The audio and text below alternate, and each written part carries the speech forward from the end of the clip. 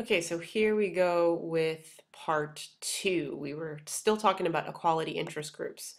So we talked about minority interest groups, but it's also important to realize that women fall into the category of equality interest groups.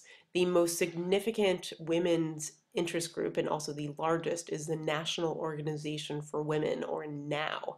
And their major goal originally was to ratify the Equal Rights Amendment, or the ERA.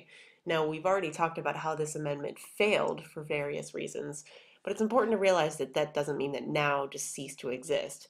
What they do instead is they advocate some of the provisions of the Equal Rights Amendment on an individual basis.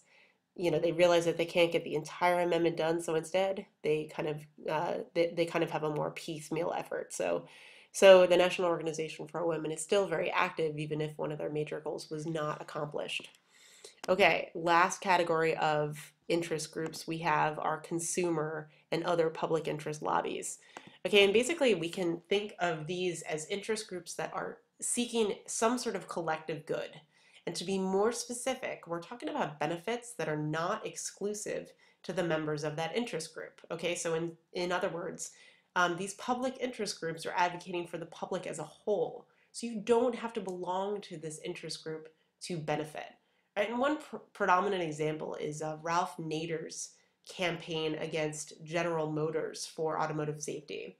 He published a book called Unsafe at Any Speed, and this accused car manufacturers of the resistance to the introduction of safety features like seat belts. And he attracted a really wide audience with this book, and it essentially, I mean, obviously, you don't have to belong to Nader's interest group to benefit from something like a seatbelt in a car, right? We also see a prominent public interest group is the Consumer Product Safety Commission, and this was created in 1973. And what this does is it regulates consumer products and bans those that are dangerous. Okay, so the most prominent example of a dangerous product that was banned by the Consumer Product Safety Commission are cribs that cause strangulation. But also, there are other examples. I believe soccer nets that also cause strangulation. There was an instance a few years ago where several children actually were accidentally killed by these soccer nets. Also, we could think about something like we can think that maybe these interest groups are raising awareness about the potential dangers of some products. And the one that comes to mind here are the plastic products that contain BPA. You know, how so many more, things like Nalgene bottles are now made without that carcinogenic plastic, right? So that's also a result of these interest groups that are protecting the public's interest. And also there are public interest lobbies that speak on behalf of people that can't speak for themselves. Okay, so in other words, people like children, also animals, and the mentally ill, right? They can't actually advocate for themselves, so instead they have public interest groups that advocate for them. Okay. Understanding interest groups. Now, first we need to recap these three theories of interest groups, right?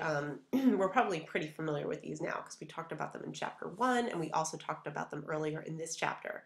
But just to put it all together, think about how these different groups feel about whether interest groups contribute to or harm democracy. So first, pluralists. We've already said that they're sort of the most ideal or idealistic, that is, um, in terms of how they feel about interest groups. So they actually think that if there are a great number of interest groups, then that's good for democracy, right? Because these groups are going to compete with each other. And we're going to see that this is actually really important power check on some of the interest for a while. Some of the only interest groups that were around were the really powerful, influential ones. So if we have more interest groups arising to sort of counterbalance or counteract the previously established interest groups, then it could be a more democratic and competitive process, which pluralists see as a good thing. All right, but elitists take a different approach.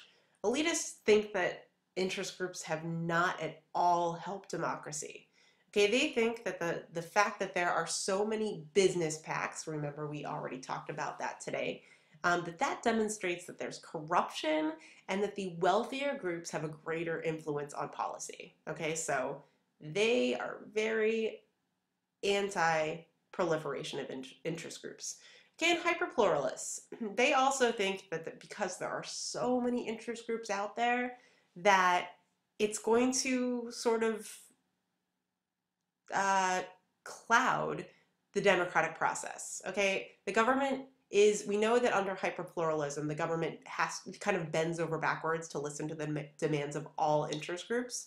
So this means that the government is becoming too accommodating of interest groups, and this is going to make it more difficult to accomplish any policy, and so there's much more policy gridlock. Okay, so remember, it's very important to kind of think about how all these different theories approach interest groups and which one might be the most plausible today. Okay, lastly, interest groups and the scope of government. So realize, even if you're anti-interest group, they are an opportunity for political participation. Okay, and they also, and another reason why this is because they represent so many individual interests. Think about how many different types of interest groups there are. There are ones that protect teachers. There are ones that protect doctors. There are ones that protect realtors. There are really broad ones like the National Organization for Women or like the AFL-CIO, right?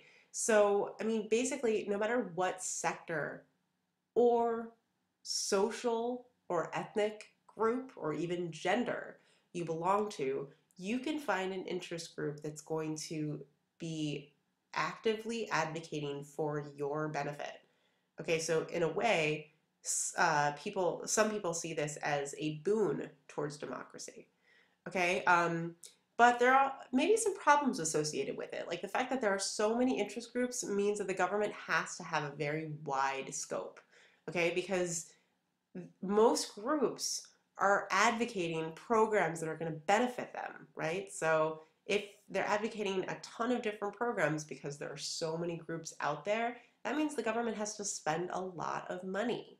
Okay, so actually some presidents in the past, most notably Jimmy Carter and Ronald Reagan, when they were asked to cut the budget, one of their major replies, one of their major reasons why it was so difficult to do this was they said that it was because of interest groups. All right, so that's kind of worth putting in the back of our heads, right? That presidents actually say, hey, it's interest groups that are keeping our government so big. Um, Also think about the fact that interest groups and politics sort of have, or interest groups and government, that is, have sort of a reciprocal relationship. And what I mean by this is that as the scope of the government has grown, it also means that there are going to be more interest groups, right? Because there are going to be more policies that interest groups are going to be interested in, either supporting or getting rid of. Okay, so a good example of this is in the 1970s. We had a proliferation of environmental interest groups. Why? Because it was the 1970s, under Nixon, interestingly enough, that the government started to pass a number of environmental pieces of legislation. Okay, so when the government starts getting more involved in environmental policy, a number of interest groups emerge to either support or oppose these environmental initiatives. Also, it's also important to realize that there are more interest groups that are reactive, not active. And what I mean by that is there are many interest groups that actually oppose policies that exist instead of advocating for potential new policies. Okay, so remember that, reactive rather than active. Okay, a little activity for you to do on your own is this review video. It kind of condenses a lot of the things that I talked about here. A really short version. It's kind of, I think they call it cram for the exam. So if you're a very visual learner and you also like repetition, it would be good to click on that and take a look at that. But your assignment to prove that you attended this virtual class are to answer 2 questions. Okay, and you can just email these to me later on today. All right, so first there's an objective question. Basically, if you go back through the slides or if you listen to the parts again, you just need to be able to identify the different interest groups that we talked about today and come up with examples of each one. Okay, and then also think about which groups are the largest and why that is. Okay, maybe what it has to do with their goals, or maybe what it has to do with, how many people kind of benefit from belonging to these interest groups. All of these things are important to consider. And then the second question is a little bit more difficult because it involves your critical thinking. And that is for you, in your own opinion, to decide which out of the above categories, so in other words, which out of all these types of interest groups is the most influential on public policy and why that is.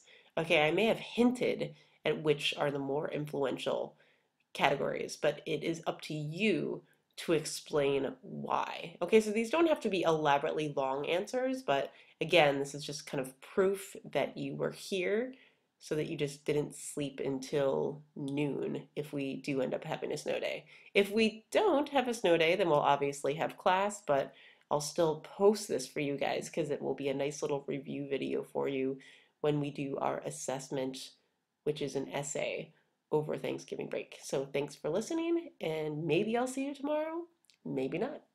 If not, have a happy Thanksgiving.